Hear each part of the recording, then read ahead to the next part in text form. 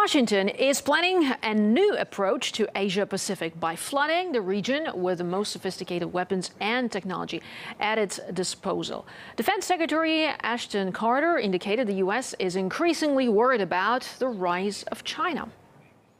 We and many other countries are deeply concerned about some of the activities China is undertaking. Its opaque defense budget, its actions in cyberspace, and its behavior in places like the South China Sea raise a number of serious questions.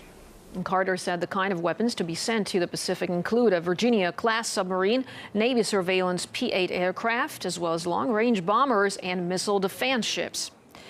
Well, Washington already has a heavy presence in the Pacific, and on this map right here, you can see multiple bases sprinkled across the region. The U.S. Air Force, Navy, and Army has a presence in Japan, South Korea, Guam, and Australia.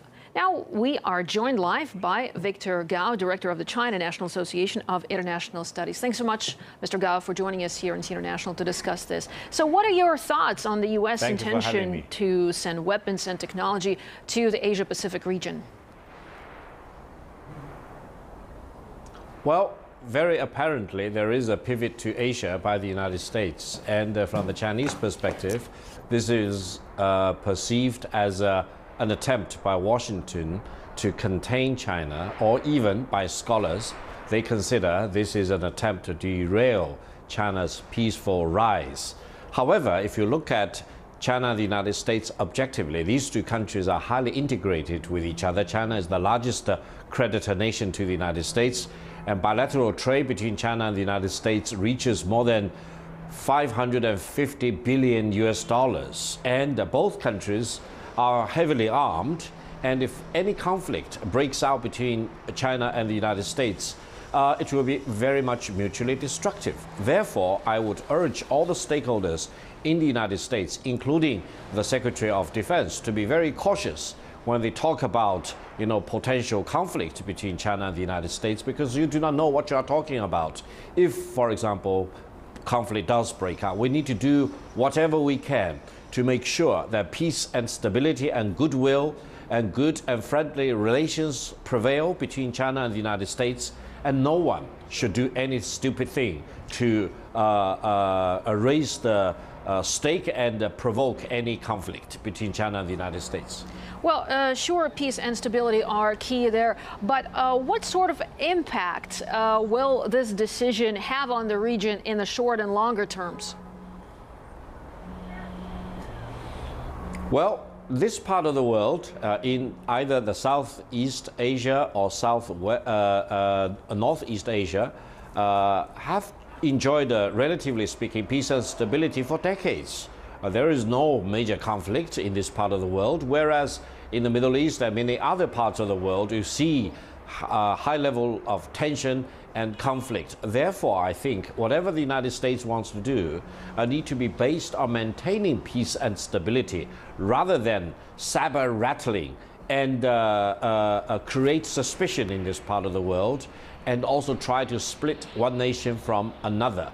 I don't think we need any instability factor inserted by the United States in this part of the world.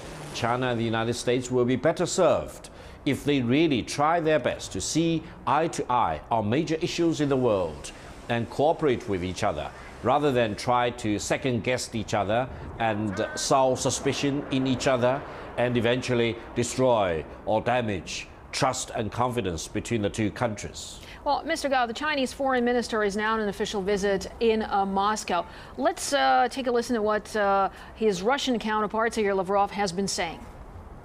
The US is trying to restrain all countries from having relations with Russia.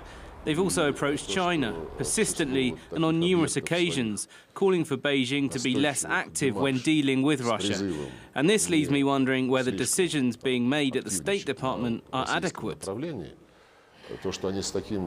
Mr. Gao, what do you make of what you just heard? I mean, could Russia's ties with China be a concern for Washington?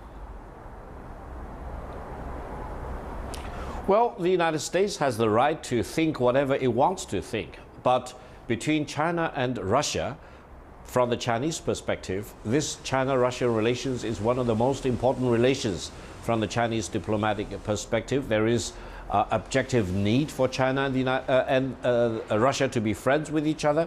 We share a very long land border with each other, and we have many common interests, both diplomatically speaking, geopolitically speaking, as well as economically speaking. Trade between China and Russia is on the rise. It will be reaching 100 billion and continue to rise in the coming years. Therefore, regardless of whatever Washington thinks about it, China, Russia will treat each other as partners, as good friends, as good neighbors, which is the most important thing, and this solidarity with each other and this fellowship or camaraderie between China and Russia will survive whatever urging by another country not to be friendly between China and Russia. China-Russia friendship will be a very important factor in maintaining peace and stability in today's world. Certainly, there are a lot of ties connecting the countries, and economically, of course, is a big factor there. Victor Gao, director of the China National Association of International Studies, thank you so much for talking to us here on RT International.